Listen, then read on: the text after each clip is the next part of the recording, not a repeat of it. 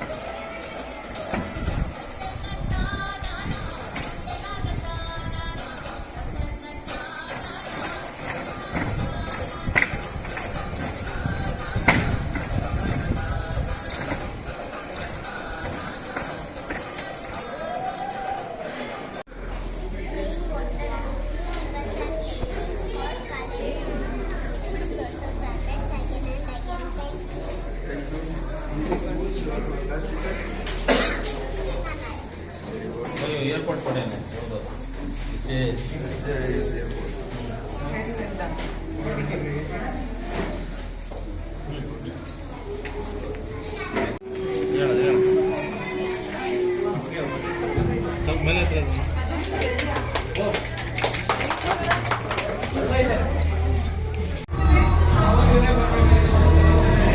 Madam ಈ ಕಡೆ ಬನ್ನಿ, ಮೇಡಮ್ ಹಿಂದೆ ಬನ್ನಿ.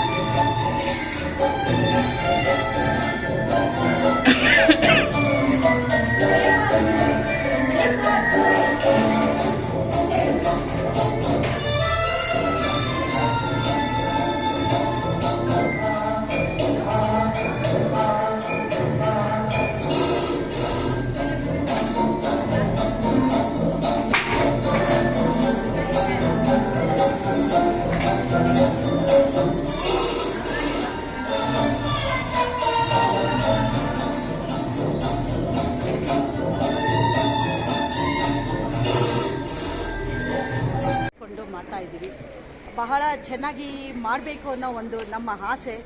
ಅದಕ್ಕಾಗಿ ನಾವು ಇವತ್ತು ಭಾಳ ಅದ್ಧೂರಿಯಾಗಿ ಸೈನ್ಸ್ ಎಕ್ಸಿಬಿಷನನ್ನು ಮಾಡ್ತಾಯಿದ್ದೀವಿ ಸಾಯಿ ಜ್ಯೋತಿ ಇಂಟರ್ನ್ಯಾಷನಲ್ ಸ್ಕೂಲಲ್ಲಿ. ಸೊ ಹಾಗಾಗಿ ನಮಗೆ ಒಂದು ಆಸೆ ಇತ್ತು, ನಮ್ಮ ಶಿಡ್ಲಘಟ್ಟ ತಾಲೂಕಿನ MLA ಸರ್ ರವಿಯಣ್ಣನವ್ರನ್ನ ಕರಿಬೇಕು ಅನ್ನೋ ಒಂದು ತುಂಬ ಆಸೆ ಇತ್ತು. ಅಣ್ಣ ಅವ್ರು ಹೇಳಿದ್ರು, ನಾನು ಸರ್ಕಾರಿ ಶಾಲೆ ಬಿಟ್ಟರೆ ನಾನು ಬೇರೆ ಈ ಶಾಲೆಗೆ ಹೋಗಿಲ್ಲ ಅಂತ. ಆದರೂ ಅಣ್ಣ ಅವ್ರನ್ನ ರಿಕ್ವೆಸ್ಟ್ ಮಾಡಿಕೊಂಡು ಇದು ಮಾಡಿ ಅವ್ರನ್ನ ಬರಂಗೆ ಮಾಡ್ಕೊಂಡ್ವಿ. ಹಾಗಾಗಿ ಅಣ್ಣ ಅವ್ರು ಬಂದಿದ್ದಕ್ಕೆ ಅವ್ರಿಗೆ ತುಂಬ ಹೃದಯ ಧನ್ಯವಾದಗಳನ್ನು ಹೇಳ್ತೀವಿ. ಆಮೇಲೆ ಹಾಗೆ ಅಣ್ಣ ಅವರು ಬಹಳ ತುಂಬ ಆತ್ಮೀಯರು, ತುಂಬ ಸಿಂಪಲ್ ಮನುಷ್ಯರು ಅಂತ ಹೇಳ್ಬೋದು. ಭಾಳ ಸಿಂಪಲ್ ಆಗಿದ್ದಾರೆ. ಅವ್ರ ಮಾತು ಸಹ ಬಹಳ ಸಿಂಪಲ್ಲು. ಹಾಗೇನೇ ಅವರು ಎಲ್ಲರೂ ಇವಾಗಿನ ಕಾಲದಲ್ಲಿ ಎಲ್ಲರೂ ಅವ್ರದ್ದವರು ಇದು ಮಾಡ್ತಾರೆ ಅನ್ನುವಾಗ ಅಣ್ಣ ಅವರು ಸರ್ಕಾರಿ ಶಾಲೆಗಳಿಗೆ ಬಹಳಷ್ಟು ಒತ್ತನ್ನು ಕೊಡ್ತಾ ಇದ್ದಾರೆ. ಅವರು ಬರೋ ಸಂಬಳ ವೇತನದಲ್ಲಿ ಬರೀ ಸರ್ಕಾರಿ ಮಕ್ಕಳಿಗೇನೆ ಪ್ರಯೋಜನ ಆಗೋದಕ್ಕೆ ಮಾಡ್ತಾ ಇದ್ದಾರೆ. ಆ ಒಂದು ಕೇಳಿ ಬಹಳ ನನಗೆ ಸಂತೋಷ ಆಯಿತು ಇದರಿಂದ. ಅದಕ್ಕೆ ಅಣ್ಣವ್ರಿಗೆ ತುಂಬ ಹೃದಯದ ಮತ್ತೊಮ್ಮೆ ಧನ್ಯವಾದಗಳನ್ನು ಹೇಳ್ತಾ ಇದ್ದೀನಿ. ಹಾಗೆ ನಮ್ಮ ಆತ್ಮೀಯರಾದ ಬ್ಲ್ಯಾಕ್ ಕಾಂಗ್ರೆಸ್ ಅಧ್ಯಕ್ಷರಾದ ವೆಂಕಟೇಶ್ ಅಣ್ಣ ಅವರು ಬಂದಿದ್ದಾರೆ. ಅವರು ಬಹಳ ಯಾರೇ ಒಂದು ಕೆಲಸ ಮಾಡ್ತಾರೆ, ಅವ್ರ ಜೊತೆ ನಿಂತು ಸಹಕಾರ ಕೊಡ್ತಾರೆ. ಹಾಗಾಗಿ ಅವ್ರಿಗೂ ಉತ್ಪೂರಕದ ವಂದನೆಗಳು ಸಲ್ಲಿಸ್ತೀನಿ.